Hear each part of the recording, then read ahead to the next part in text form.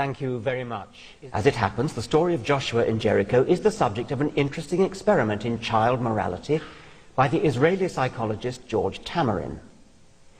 Tamarin presented to more than 1,000 Israeli schoolchildren aged between 8 and 14 the book of Joshua's account of the Battle of Jericho.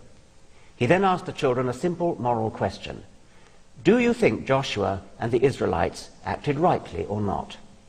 They had to choose between A, total approval, B, partial approval, and C, total disapproval. The results were polarized. 66% gave total approval and 26% total disapproval, with rather fewer, 8% in the middle with partial approval. Here are 3 typical answers from the total approval A group. In my opinion, Joshua and the sons of Israel acted well, and here are the reasons. God promised them this land and gave them permission to conquer. If they would not have acted in this manner or killed anyone, then there would be the danger that the sons of Israel would have assimilated among the Goyim.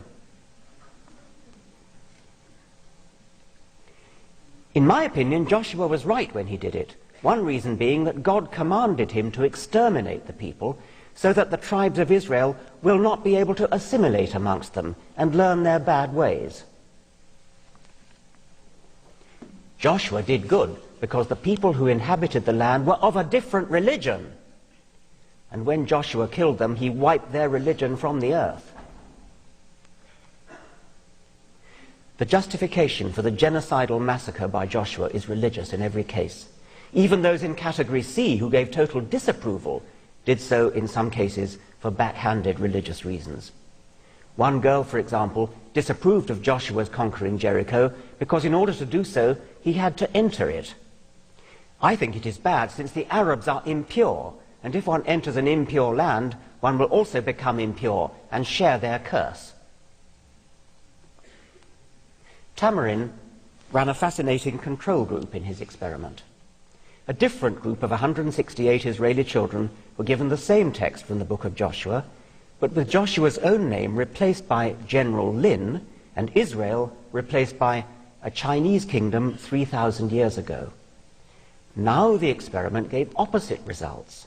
Only 7% approved of General Lin's behavior and 75% disapproved. In other words, when their loyalty to Judaism was removed from the calculation, the majority of the children agreed with the moral judgments that most modern humans would share. Joshua's action was a deed of barbaric genocide. But it all looks different from a religious point of view, and the difference starts early in life. It was religion that made the difference between the children condemning genocide and condoning it. Do those people who hold up the Bible as an inspiration to moral rectitude have the slightest notion of what is actually written in it? The following offences merit the death penalty according to Leviticus 20. Cursing your parents, committing adultery, making love to your stepmother or your daughter-in-law, homosexuality, marrying a woman and her daughter, bestiality, and to add injury to insult, the unfortunate beast is to be killed too.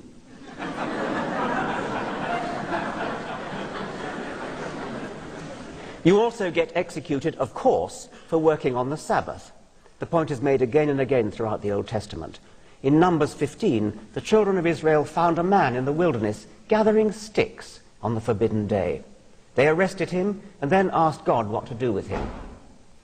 As it turned out, God was in no mood for half measures that day. And the Lord said unto Moses, the man shall surely be put to death. All the congregation shall stone him with stones without the camp. And all the congregation brought him without the camp, and stoned him with stones, and he died. Did this harmless gatherer of firewood have a wife and children to grieve for him?